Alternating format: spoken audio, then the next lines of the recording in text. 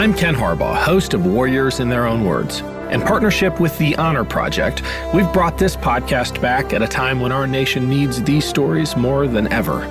Warriors in Their Own Words is our attempt to present an unvarnished, unsanitized truth of what we have asked of those who defend this nation. Thank you for listening, and by doing so, honoring those who have served.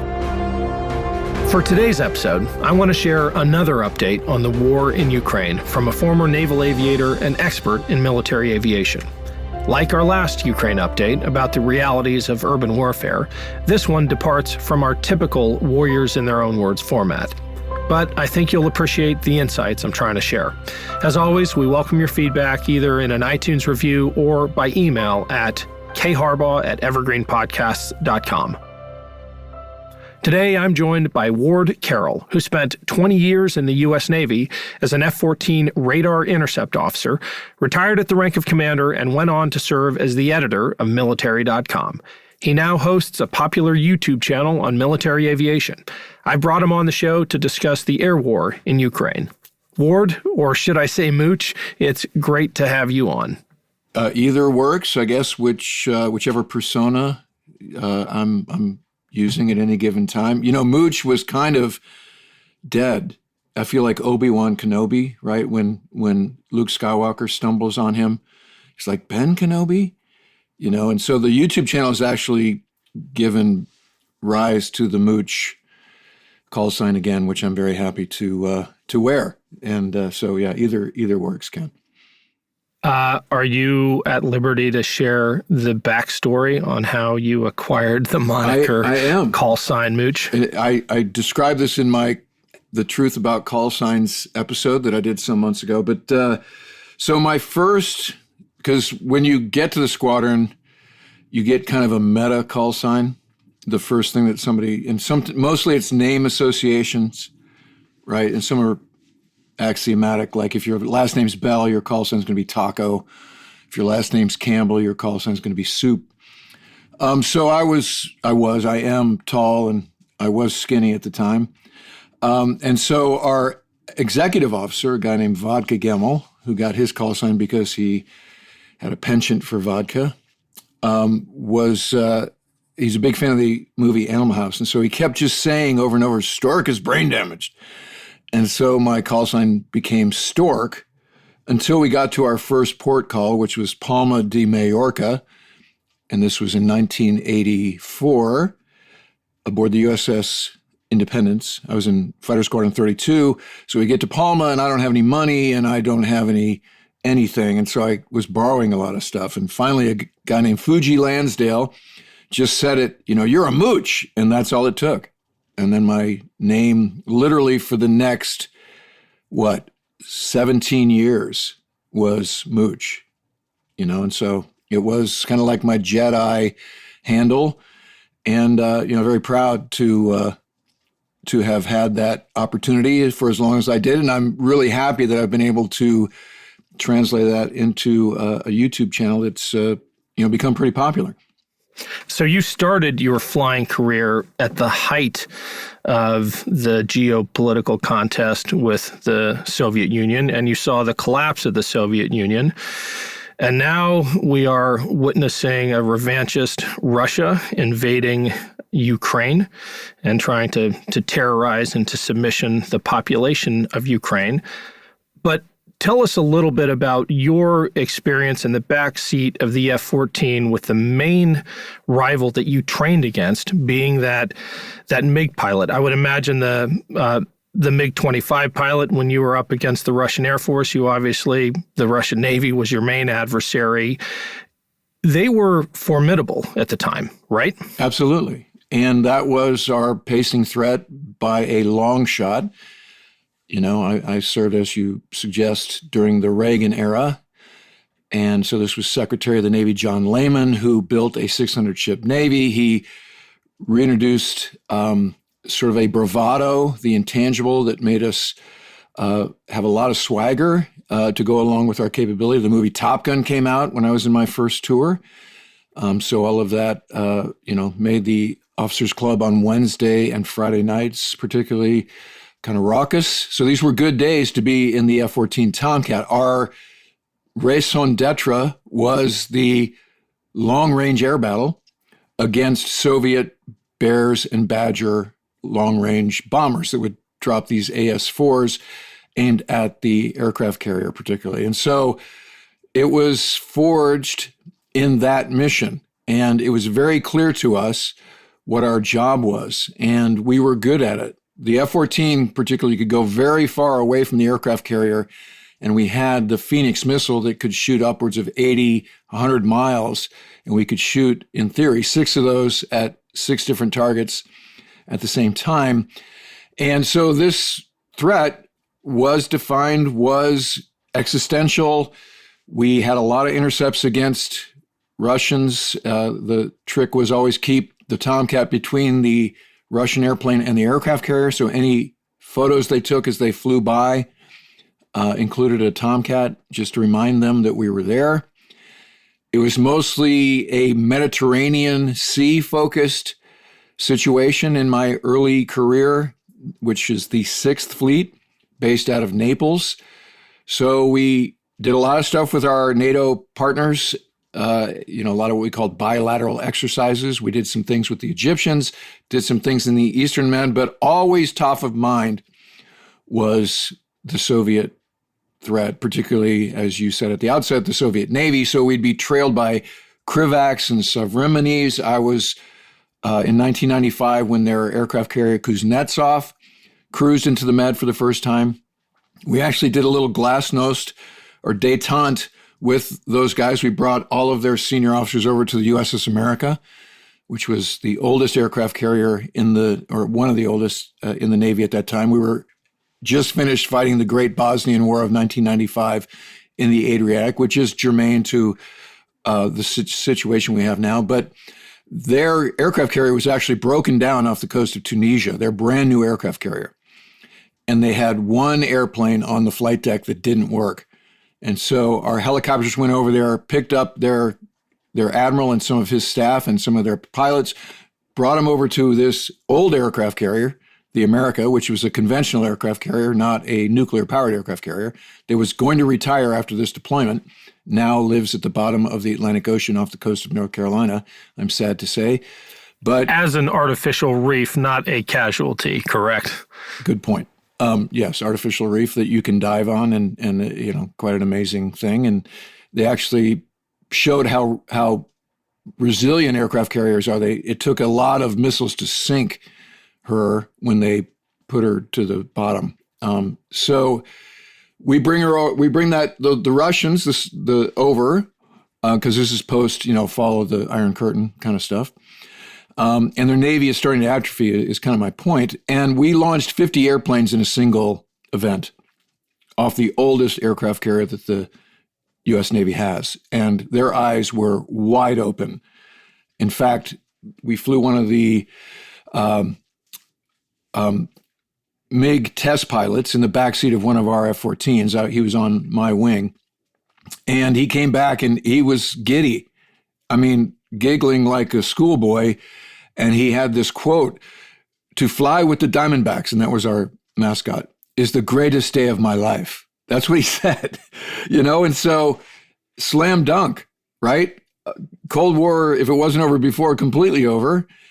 And now we pivot into the 9/11 wars and the Persian Gulf. So after that deployment, we would just haul ass through the Mediterranean, through the Suez, around the Arabian Peninsula, and up into the Persian Gulf to do no-fly zones, or subsequent to that, although I retired in 2002, but aircraft carriers in the Iraq and Afghanistan war years did not loiter in the Med very long.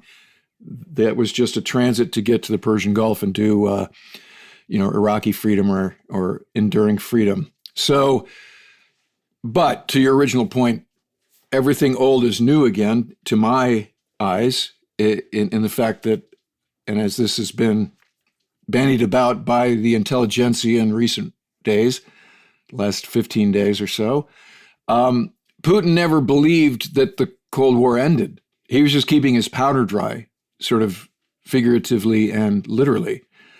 And that's what we're seeing now. So it makes perfect sense to me. This threat is very defined to me. Something in my heart has reawakened. And I view this particular conflict as the conflict of our lives. I do too. And I want to talk about the no-fly zone. I want to talk about a lot of it. But I want to dwell on that med cruise for just another moment, because I got to believe that your hosting of that Russian admiral and his contingent, that joyride for the Russian Navy pilot, wasn't just being a good host. That was diplomacy. You were chest thumping in some way and sending a message, right? Yeah. So Admiral Bill Cross, who was our, what we used to call a battle group commander, now they call them strike group commanders, was a Tomcat guy, type A all the way.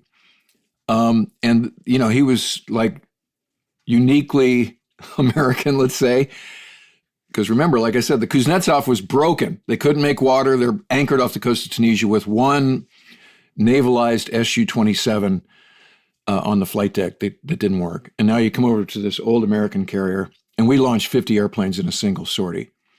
That was, as I said, an eye-opener for them. And this is why when I hear, hey, Chinese are going to build a conventional aircraft carrier, I'm like, bring it. You almost want them to do that because they'll get bogged down in just launching and landing airplanes and how hard that is, not to mention projecting power from the flight deck. This is something that America is really good at. This is the 100th anniversary of the aircraft carrier in the American Navy, the USS Langley, back in 1922. So be proud, Americans, of carrier aviation and what we're doing and what we're going to do with this new class, the Ford, and going forward, And so this was a demonstration to the Russians that, we kind of own the seas, and here's why.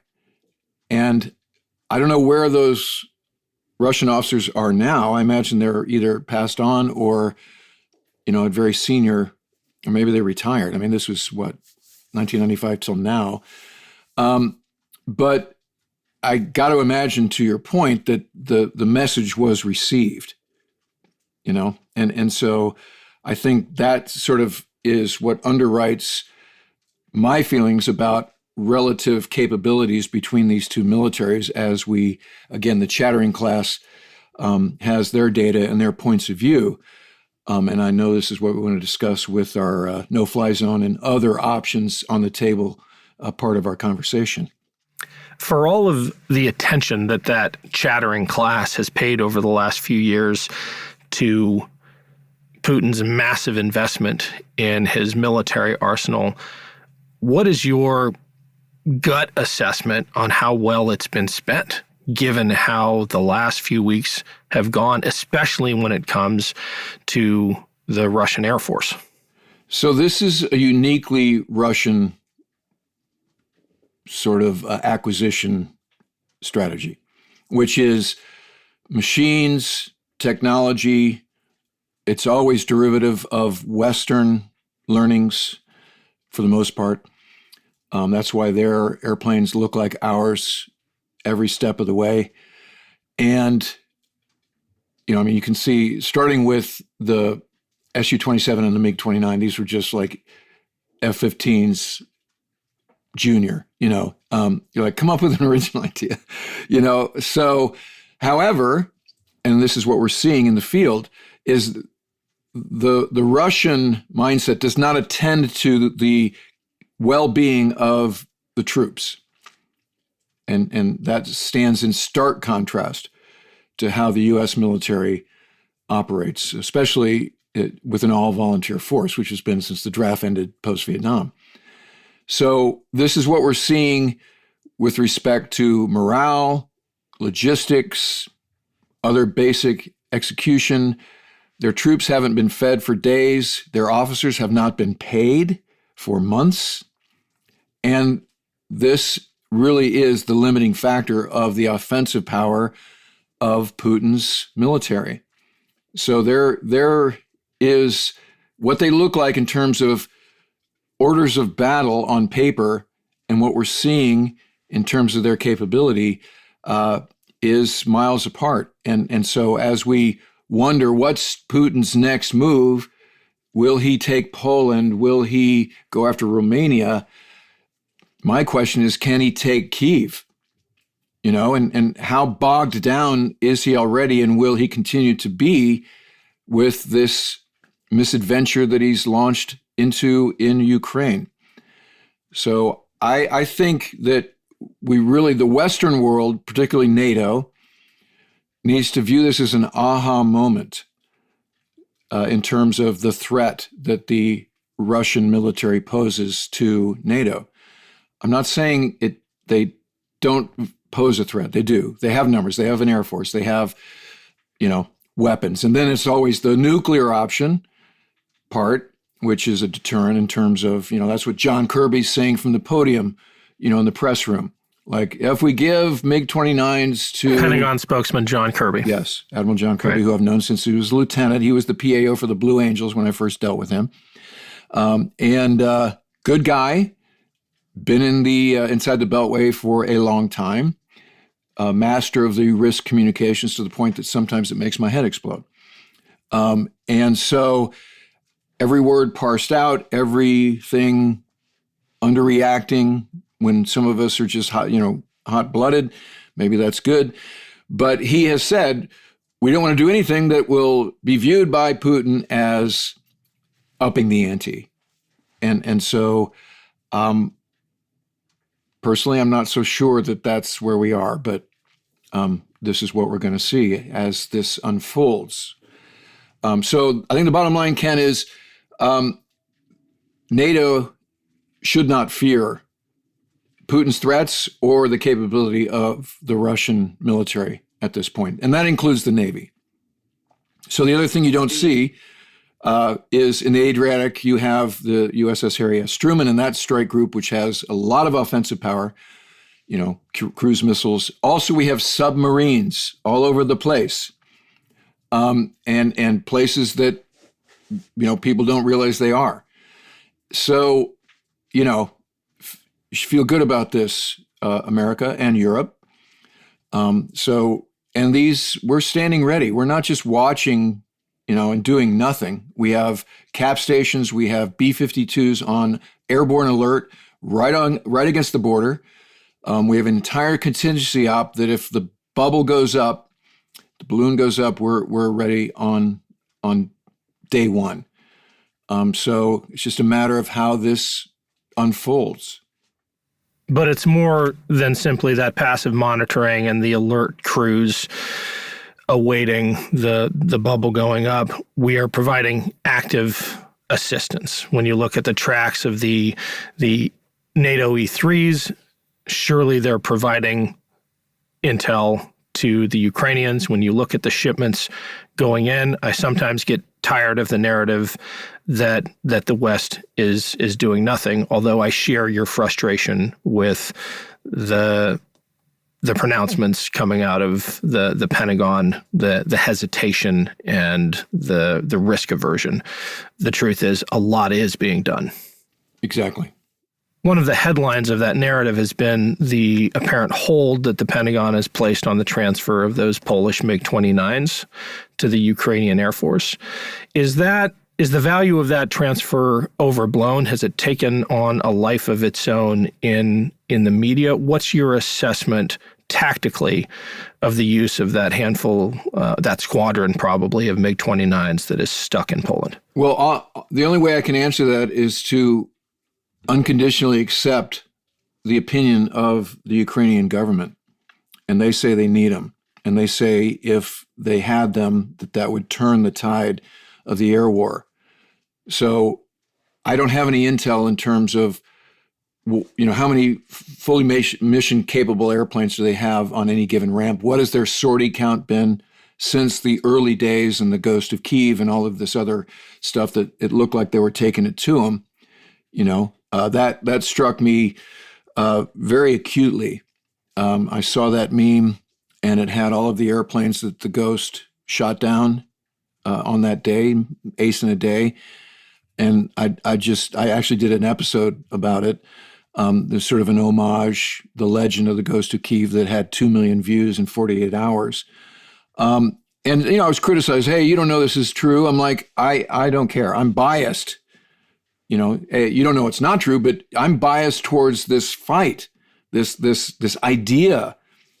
And this is why I love what the president has how he's stepped up. This guy who was dismissed as a lightweight comic and now is, an example for every nation's leader. And if he's killed, he's a martyr for all eternity. And so he can't lose at this point. So I get reports from the ministry there that's broken down twice a day. And those things are, obviously it's the Ukrainian point of view. I wouldn't say it's propaganda, but they want to be sort of forward-leaning, upbeat. They want to mute the bad and accentuate the good. So these things and the other things I've heard the former president say yesterday was, we need those airplanes. So I just accept that, absent any other way to say, no, you don't. The thing that came up was, why don't we send them A-10s? Why don't we send them F-16s? It's like, okay, to train a pilot corps in an airplane they're not familiar with takes a long time, more time than we have.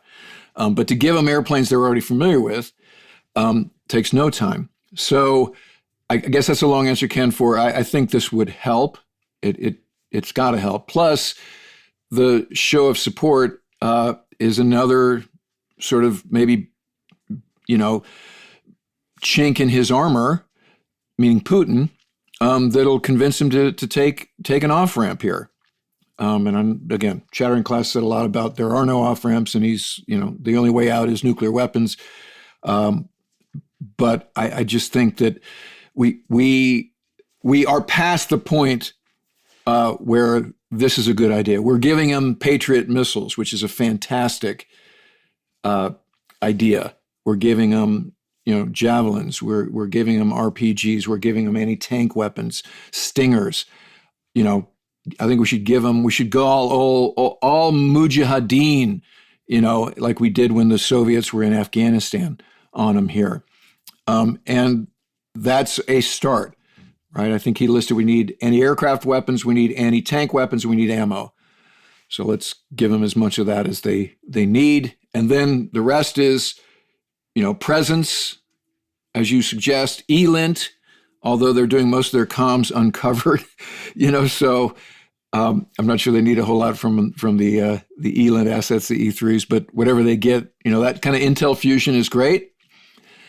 And then see what happens in terms of the world opinion based on the atrocities that we see coming out, what happened at Mariupol yesterday with that maternity hospital, that's one, 5,000-pound bomb in the middle of that facility that did great devastation. I think luckily nobody was killed, but those images of pregnant women coming out, holding their bellies, and there's no way that if this ramps up and now you see people getting shot in the streets and toddlers, in their parents' arms as they get gunned down, we're not going to let that go unattended to.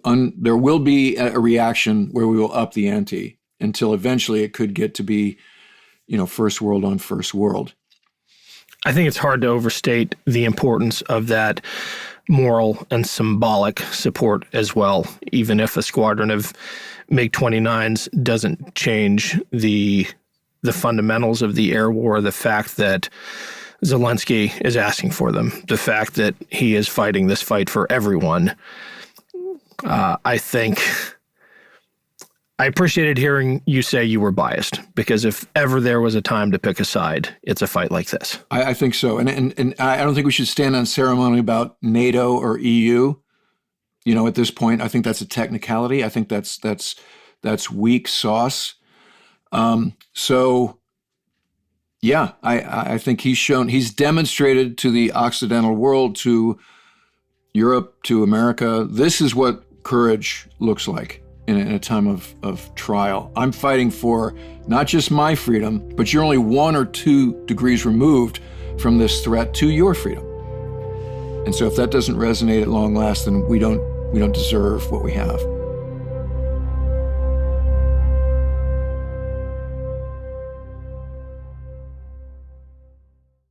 With the busy fall season just around the corner, you might be looking for wholesome, convenient meals for jam-packed days. Factor, America's #1 ready-to-eat meal kit, can help you fuel up fast with chef-prepared, dietitian-approved, ready-to-eat meals delivered straight to your door. You'll save time, eat well, and stay on track with your healthy lifestyle. Too busy with your end-of-summer goals to cook but want to make sure you're eating well? With Factor, skip the extra trip to the grocery store and the chopping, prepping, and cleaning up too, while still getting the flavor and nutritional quality you need. Factor's fresh, never-frozen meals are ready in just 2 minutes, so all you have to do is heat and enjoy, then get back to crushing your goals. Level up with Gourmet Plus options prepared to perfection by chefs and ready to eat in record time. Treat yourself to upscale meals with premium ingredients like broccolini, leeks, truffle butter, and asparagus. With Factor, you can rest assured you're making a sustainable choice. We offset 100% of our delivery emissions, source 100% renewable electricity for our production sites and offices, and feature sustainably sourced seafood in our meals. This August, get Factor and enjoy eating well without the hassle. Simply choose your meals and enjoy fresh, flavor-packed meals delivered to your door, ready in just 2 minutes, no prep, no mess. Head to factormeals.com/warriors50 and use code warriors50 to get 50% off. That's code warriors50 at factormeals.com/warriors50 to get 50% off.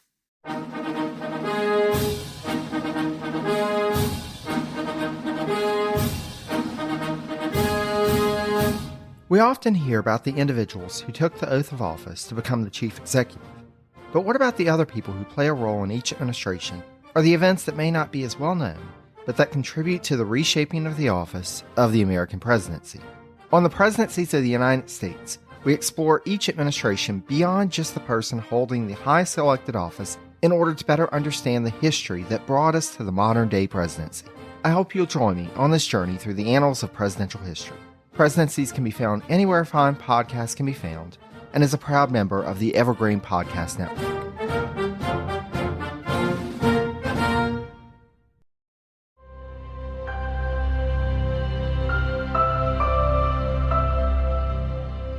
Let's talk about that juxtaposition, the courage on one hand of the Ukrainian defenders on their home soil against a Russian invasion, which it appears is largely conscript.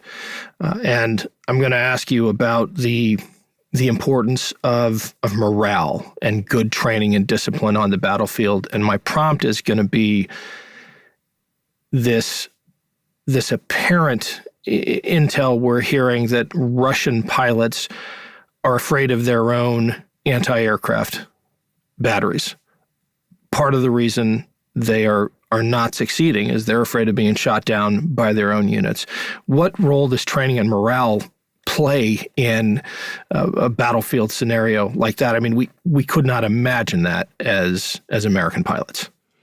Well, we could, because we've had Hornets shot down by Fair enough. We could imagine it, but not on the scale that we're seeing. No, so Ukraine. I think your point. So let me segment the question to training as one thing and then morale as another. So I think their tactical pilots' fear of getting shot down a blue on blue is a function of training.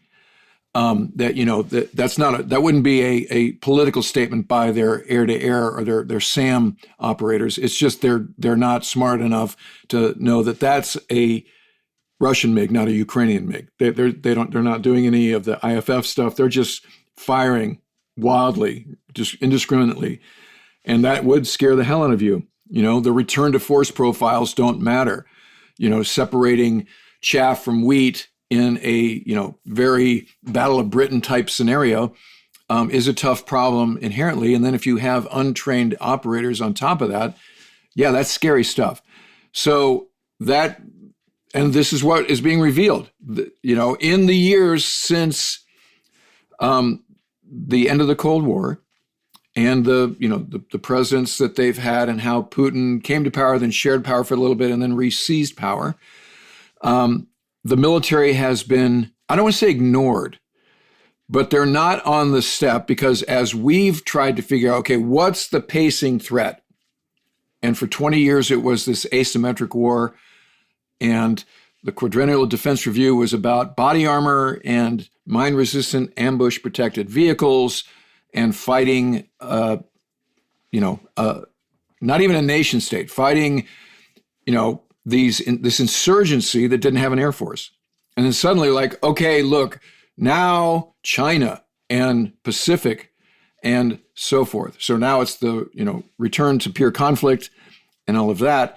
So meanwhile, the Russians, they're like, what's our threat? And so they don't know what to train to. Their domestic priorities have allowed the military to atrophy. And so they're suffering from the same thing that we thought we were suffering from, except it's even worse. And now it's exposed itself, right? So now we're talking about morale. So what I'm hearing from both American intel sources and these dispatches that I'm getting from the Ukrainian government is their morale is terrible. As I said a few minutes ago, they're unfed. They're poorly trained. They're surrounded by conscripts, and now they have the Syrian conscripts in their midst. So you have some elite forces like Spetsnaz, which is their Delta Force, or their SEAL Team 6, who've also had limited success. They were supposed to be taking all of these airfields, and they were repelled on day 1 and day 2, and that's what hamstrung them right from the get-go. And now you have these convoys that are stretched out and so forth and so on. So, if you're not fed or paid, that's kind of as basic as it gets for the, conduct of a modern military, not to mention the conduct of a Byzantine military.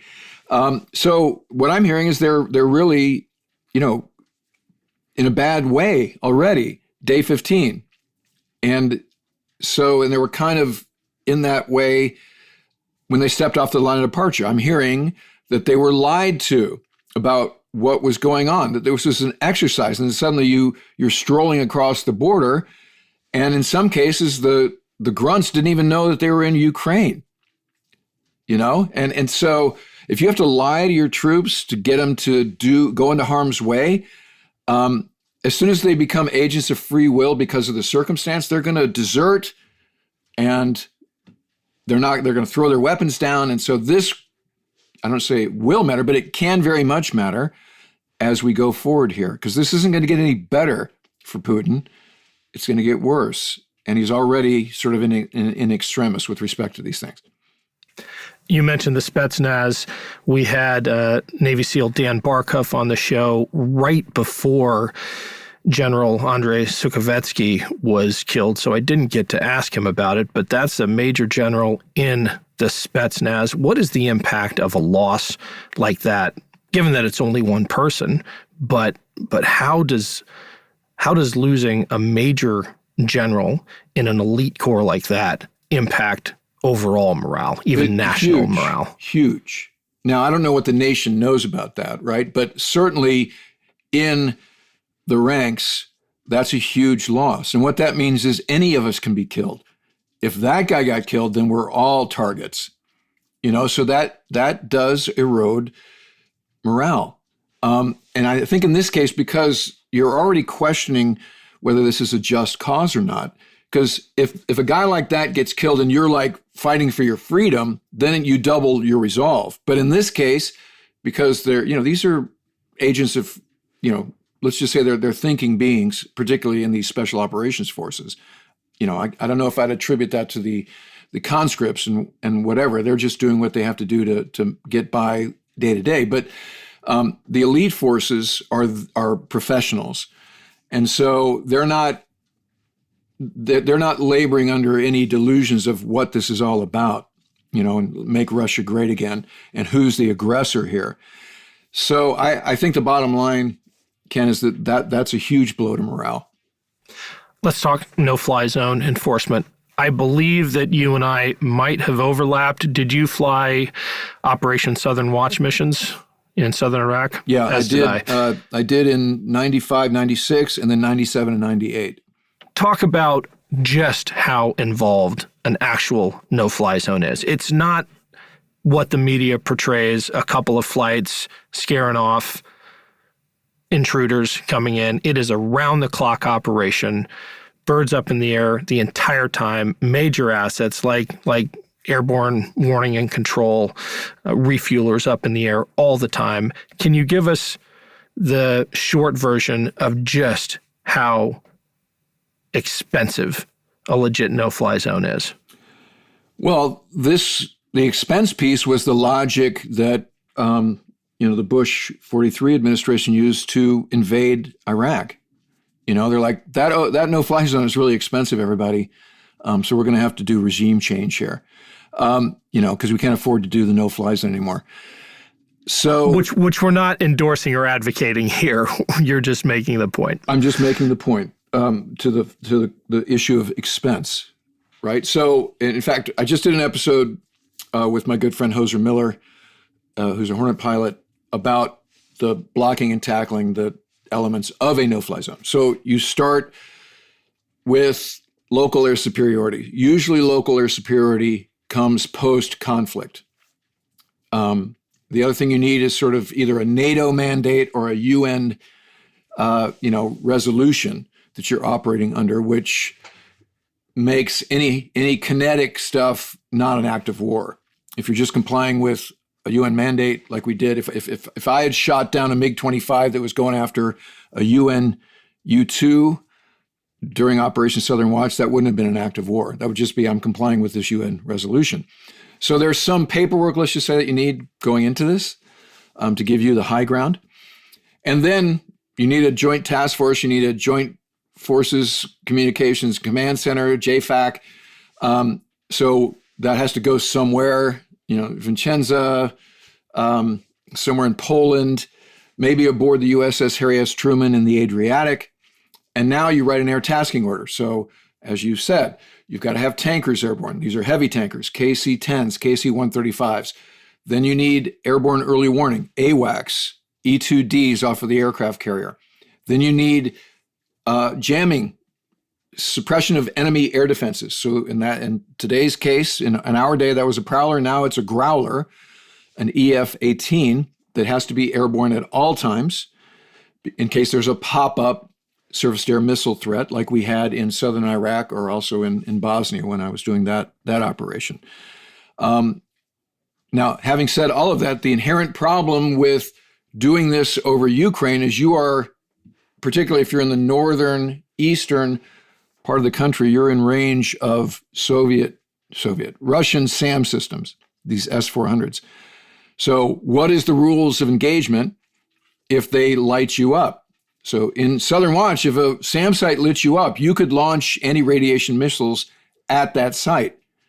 So if a Russian S-400 site lights up one of our airplanes, and they will know because they have what we call raw gear in the airplane that says you're being lit up or even tracked or locked, not to mention they just shot a weapon at you. You can see all these things in the cockpit, but let's say they just lock you up, which is provocative. Am I allowed to now have Growlers launch, advanced anti-radiation missiles at that site? And now does that become an act of war?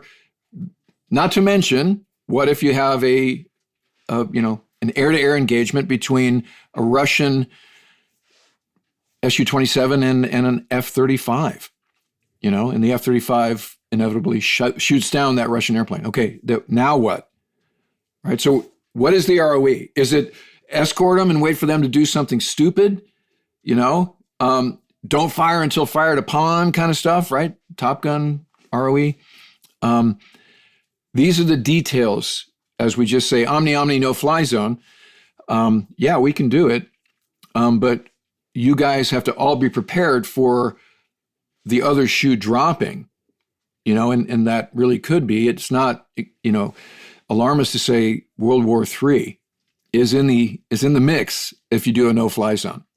And just to to put a fine point on this, we're not just talking about scaring Su-27s back over the border into Russia. What air superiority means is destroying any threat on the ground. It would mean, if your aim is to truly achieve air dominance, it would mean destroying those threats that can reach over the border, so the ones inside Russia. It would be a heck of a lot more involved than simply having a combat air patrol, having an orbit over Ukraine to scare Russian fighters back home. You got to kill people on the ground. If you want to do it and mitigate the risk to our forces, NATO forces, Libya is a bad analog because they didn't have an integrated air defense. We did successfully execute a no-fly zone over Libya at the fall of the Gaddafi regime. But that's not a good, that's not the same of what we're talking about here. The Libyan threat did not rival what the Russian threat is. So I guess it comes down to what are the consequences? What are we willing to risk in preserving the status quo and preserving the country of Ukraine and answer President Zelensky's pleas? Where are we? Where does the line live? And again, are we going to stand on ceremony, not to be too insouciant about it, about NATO and who's in and who's out? I guess we can, but now you're going to, we've already changed the world order, but if we allow Putin to take Ukraine in toto, now he's got a land bridge, Black Sea's no longer, a Western friendly place. I do not believe he would go beyond that. And his, this is the make Russia great again thing, to unite Russian peoples, starts to sound very Third Reich-ish. So I think we need to honestly take a look at what happens if we allow that to be the outcome here. And I don't think you can overstate the degree to which that changes the world order and what will happen in the wake of that. And I'm not suggesting we just wantonly go toe-to-toe with the Russians at this point. But as this unfolds, that option may be seized from us. Where then is your risk threshold set? Mine is, I do not believe we should allow him to take Ukraine. So in such time that it appears that we've reached a tipping point where the Zelensky government is falling, not to mention has fallen, then we say tilt. And maybe we're already there. Although it looks like they're doing a great job of keeping him out of the capital, keeping the Russians out of the capital, maybe even retaking part of the east. I'm hearing some that they've retaken ground. Ukrainian forces have retaken ground. A lot of our support hasn't arrived yet, and so we'll see how that nets out in the days to come. But let's just say it looks like that Zelensky is about to lose the country. So my matrix would be, at that point, we do institute a no-fly zone, including all of the associated suppression of enemy air defenses and everything else we've just talked about in the execution of that no-fly zone. And we give them very clear sense of what the ROE is, to include we won't shoot until we're shot at, and we have a lot of tactics that we can reasonably assume that ROE, another Western capability that we should be proud of, and then see what happens at that point. Does he flinch? Does he take the off-ramp? Is it effective? Because I'm just looking at those convoys. I'm like, if we had A-10s, and I know they're doing this. I saw some footage today that Lieutenant Colonel Vindman tweeted about them picking off the lead tank and the trail tank in a column and just creating massive chaos with both direct fire and indirect fire. And all the armored dudes and other, land army guys are like, this is awesome. I mean, look at that professionalism. This is the way it's done. So I'm like, bravo, cool. But imagine you had 5 A-10s, it would be Highway to Hell Junior, right? And so we could take care of this in very short order, to quote Colonel Kurtz in Apocalypse Now, right? So if at some point how it's being parsed out in the press room of the Pentagon is really sort of, it's kind of theoretical, and in reality, we've already crossed that Rubicon. We're already there. And I don't know if we didn't think he'd do it, and then suddenly people, well, hey, when do the Olympics end? Because that's probably the time. And in fact, that's what happened. And now we're like, okay, wow. Now what?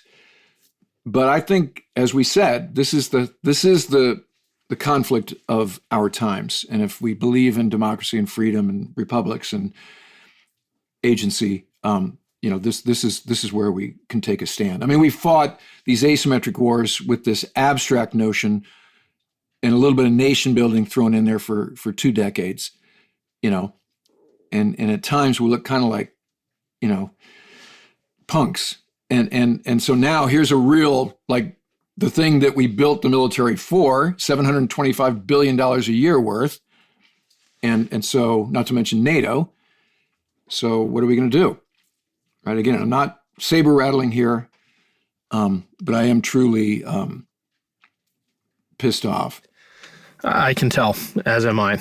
Before I let you go, can you share your thoughts, not on our capabilities and what we might be able to do should we get more involved, but on the unbelievable heroism of that Ukrainian frontline soldier who has that stinger on his shoulder, or that javelin, and what they are going through right now on the outskirts of Kyiv, or trying to retake Kharkiv. Actually, Kharkiv is still holding. I believe Mariupol has fallen. What must it be like for them? Okay, so imagine your wife and 2 toddlers have evacuated. Hopefully they'll make it to Poland. You don't know because you've lost comms with them. You've seen parts of your city blown to bits by indirect fire. And then you hear the rattle of tanks coming down the way, So you've already given yourself to the higher power. If you've ever been in a circumstance where you realize that, I felt it acutely when I was an embedded journalist in Afghanistan.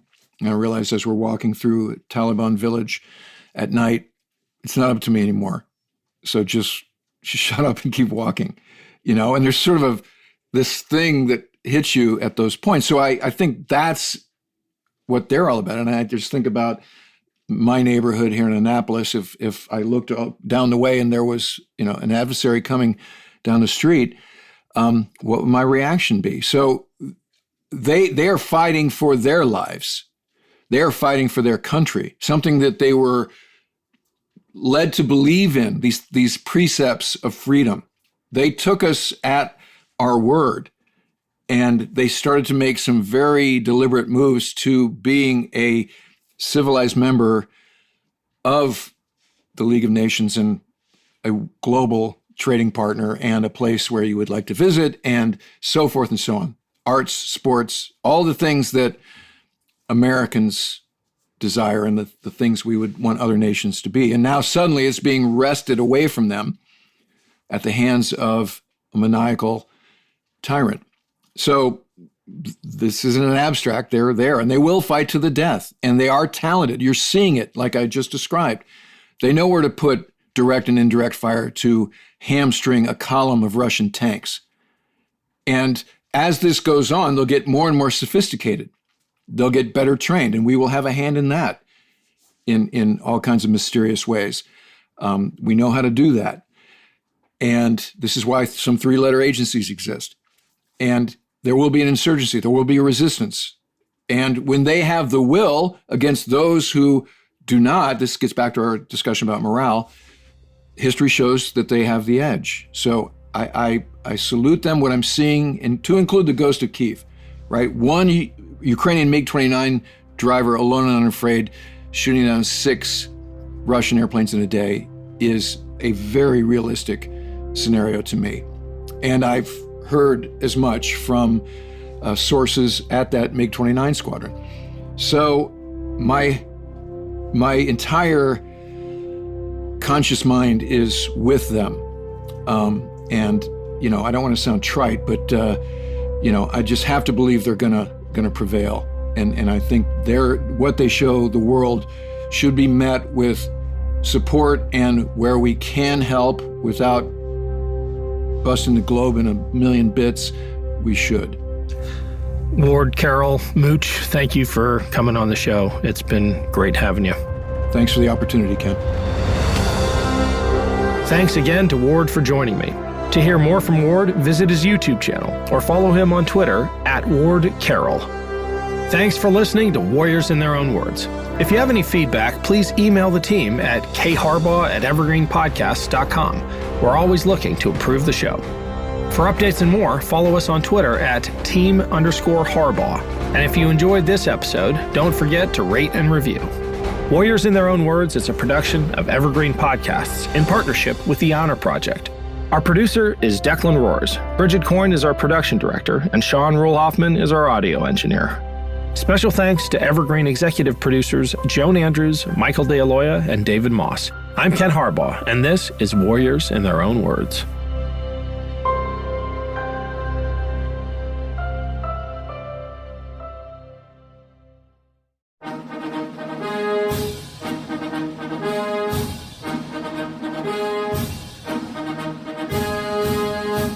We often hear about the individuals who took the oath of office to become the chief executive. But what about the other people who play a role in each administration, or the events that may not be as well known, but that contribute to the reshaping of the office of the American presidency? On the Presidencies of the United States, we explore each administration beyond just the person holding the highest elected office in order to better understand the history that brought us to the modern-day presidency. I hope you'll join me on this journey through the annals of presidential history. Presidencies can be found anywhere fine podcasts can be found, and is a proud member of the Evergreen Podcast Network.